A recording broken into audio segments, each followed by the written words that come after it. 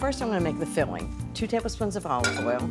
I love these Tuscan flavors, and I'm gonna put a little prosciutto in it to give it extra flavor. 1½ cups of onion. I'm gonna add 3/4 teaspoon of fennel seeds. It's gonna give it great flavor. And I'm gonna cook these together until the onion is tender. So I'm gonna add some garlic. 2 tablespoons, which is about 6 cloves. I always add at the end because you don't want to burn the garlic. That's a terrible flavor. Not good in turkey. So I'm just going to cook this for about 30 seconds or a minute, just until you can smell that garlic. I'm going to turn it off. Next, rosemary. It's got a lot of flavor. I need about a tablespoon chopped up. The next thing is 1 tablespoon of chopped sage, right in. So that's the herb and onion mixture. Next, the turkey. So what I asked the butcher to do is give me a whole boneless turkey breast with the skin still on. And then I asked him to butterfly it, which means to take it and fold it out. So he kind of cut this way and opened it up. And that way, I get the herb and onion mixture throughout the whole turkey. So first I'm gonna season it. You need 4 teaspoons of salt. Don't skimp on the salt, it makes all the difference in the world. And 1½ teaspoons of pepper. Okay, the next ingredient is butter, because it's gonna keep it really moist. I'm gonna take 4 tablespoons, and I know you're gonna think I'm crazy, but I'm gonna grate it. It's kind of the easiest way to distribute it.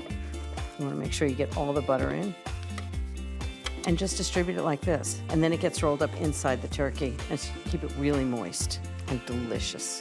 Okay, next is the onion mixture. And just spread the whole thing out, just like this. Okay, and now prosciutto. So I'm gonna take slices of prosciutto and just lay them right on top.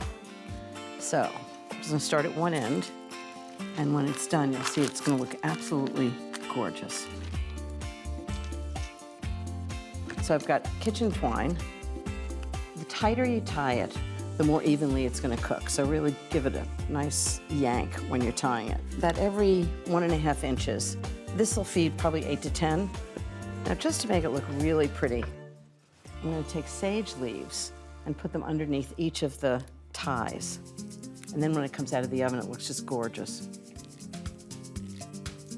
Okay, how does that look? I put it on a rack so it doesn't sit in the pan juices. It roasts evenly all around. Okay, right on top.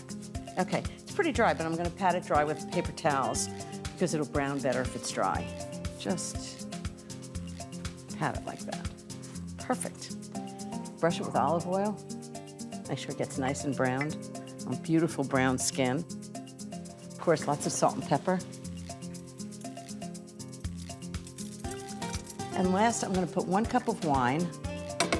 Don't pour it over the turkey, pour it right in the pan. And 1 cup of water in the bottom of the pan. There are 2 steps. First, I'll put it in a 350-degree oven and roast it for 1 hour and 45 minutes. The time will depend on the size of the turkey, so check it with an instant read meat thermometer. And when it registers 150 degrees, it's done. Then second, and equally important, I'm gonna cover it with aluminum foil and let it rest for 15 minutes so the juices get back into the turkey. Okay, you ready for a gorgeous turkey? Ta-da! I love the way it looks. All the flavoring gets all the way through it. You can see the fennel seeds. Okay, so I'm gonna put 1 big piece right here, and then put the rest right on the platter. This is so moist, it doesn't even need gravy. It's got pan juices. Right over the turkey.